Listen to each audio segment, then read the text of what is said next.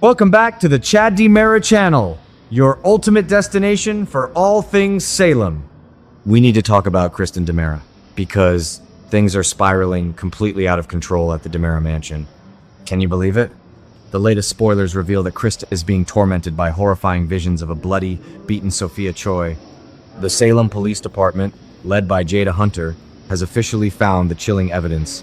They located Sophia's backpack, one of her shoes, and the most damning piece of all the blood-stained rock that Kristen used to bash the teenager's head in. The blood is a confirmed match. As far as the authorities are concerned, Sophia is dead. But here is the kicker. No body has been found.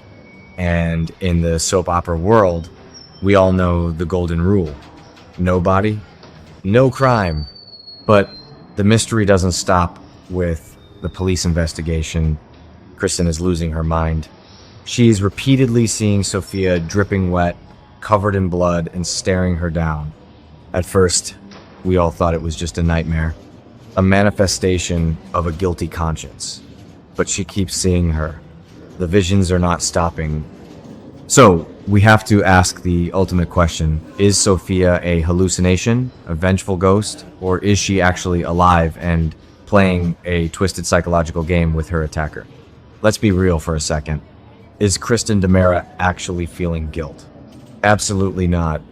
I think this is a huge mistake by anyone assuming Kristen has a functioning moral compass. This is the woman who stole Teresa Donovan's baby right out of her womb.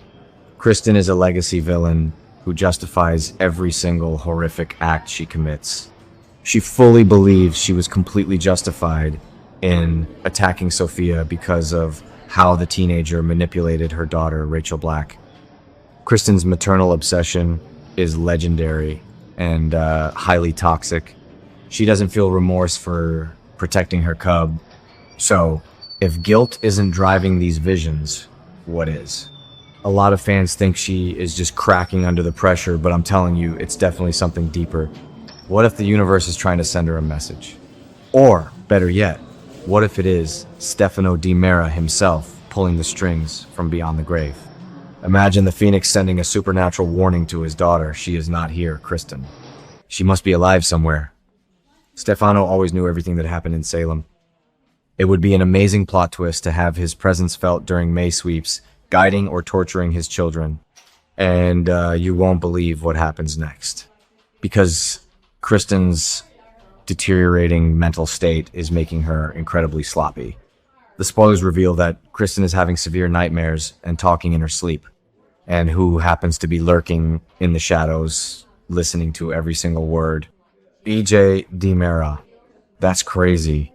EJ overhears her sleep talking and pieces the entire puzzle together.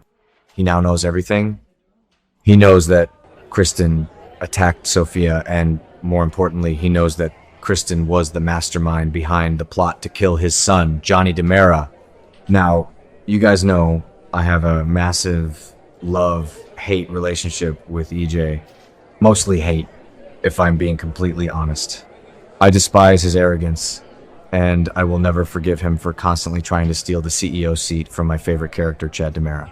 But when it comes to his children, EJ is a terrifying force of nature. He loves Johnny fiercely. Finding out that his own sister orchestrated a hit on his son, resulting in that horrific apartment fire that nearly killed Johnny and Chanel, EJ is going to go absolute scorched earth. The DiMera Civil War is officially here, and it is going to be incredibly bloody. But Kristen isn't backing down. Oh no. Since Sophia completely failed to get the job done and eliminate Johnny, Kristen is pivoting to a much more dangerous professional option. She is turning to Xander Kiriakis. Kristen is actively trying to recruit Xander to be her hitman once again. She wants him to finish the job and kill Johnny to get the ultimate revenge on EJ. What do you guys think? Will Xander actually take the bait? I think this is a massive crossroads for his character. We all know Xander has a dark, slow burn history as a ruthless mercenary. He used to be the guy who would lock people in cages for a paycheck. But he has spent years trying to redeem himself.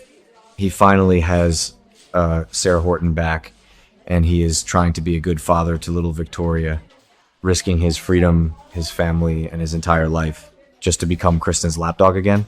It would be a monumental step backward.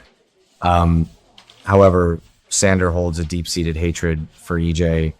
The temptation to destroy a DiMera, especially one who has looked down on him for years, might be too strong to resist. The psychological profile of Xander shows a man who is addicted to danger, but I am praying he tells Kristen to go to hell. If Xander gets involved in this DiMera blood feud, he is going to lose Sarah forever. Let's pivot back to the Sophia mystery, because this ties everything together.